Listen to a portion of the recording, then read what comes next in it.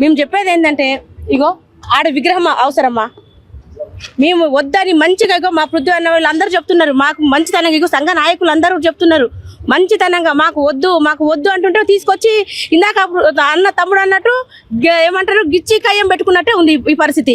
కానీ మేమైతే చెప్తున్నాము ఇవాళ ఒక్కరోజు కాదు, ఇంకా ఇప్పుడు సెక్యూరిటీ మొత్తం పెట్టిన పోలీసు వాళ్ళని ఇవాళ కాదు, రేపు కాదు, ఎల్లుండి కాదు, ఇంకా 2 రోజులైనా మాత్రం మేము పల్లగొట్టడానికి మాత్రం మహిళల్లో మేమైతే ముందుకు ఉంటాం. మా మహిళలే పల్లగొడతాం, వేరే వాళ్ళు కాదు. మా తెలంగాణ సమాజం, మా తెలంగాణ ప్రతి ఒక్కరు చెప్తున్నారు ఎందుకు పెట్టాలి ఈ విగ్రహాలన్నీ తీసుకొచ్చి ఆంధ్ర వాళ్ళవి మావి లేవా? పెట్టాలంటుంటే సినీ పరిశ్రమకు ఇచ్చినటువంటి మా ప్రభాకర్ రెడ్డి గారి విగ్రహం పెట్టాలి ఇక్కడ. ఇంకొకటి రవీంద్ర భారతి అని పెట్టిరు, రవీంద్రనాథ్ ఠాగూర్ది ఈ రోజు వరకు ఇక్కడ దిక్కులేదు, వాళ్ళే పెట్టలేదు. కానీ ఎక్కడో ఆంధ్ర వాళ్ళ పెయిడ్ ఆర్టిస్టు ఆయన బాలసుబ్రహ్మణ్యం గారు బాగా పాడుతుంటే అంతకంటే మంచిగా పాటలు ఉన్నాయి, అంతకంటే మంచిగా పాటలు మా గద్దరన్న పాడిండు. ఒక తెలంగాణ ఉద్యమంలో మా అన్నలు మా తమ్ముళ్ళు పాడిన పాటలకి కూర్చున్న వాళ్ళు కూడా ఉవ్వెత్తున లేచి డ్యాన్సులు చేసిన వాళ్ళు ఉన్నారు. అటువంటి కవులు కళాకారులు మా దగ్గర ఉన్నారు. ఎక్కడో తీసుకొచ్చి ఈ పెయిడ్ ఆర్టిస్టులను పెట్టుకుంటే మేమైతే ఒప్పుకునేది లేదు.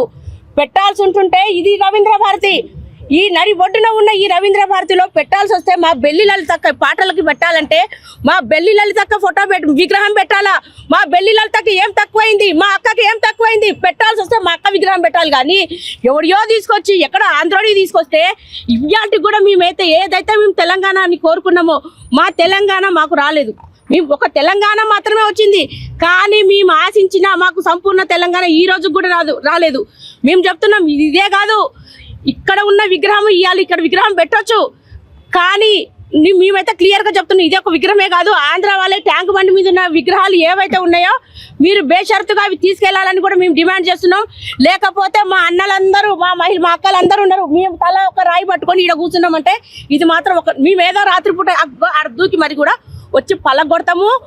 మాకు మద్దతుగా మా సంఘ నాయకులు ఉన్నారు, మా తమ్ముళ్ళు ఉన్నారు, మా ప్రజా సంఘాలు ఉన్నారు, మా తమ్ముడు పృథ్వీ ఉన్నాడు, మా తమ్ముడు తెలంగాణ శ్యామ్ ఉన్నాడు, మా అక్కలు ఉన్నారు, మా ప్రతి ఒక్కరు మాకు సపోర్ట్ ఉన్నారు.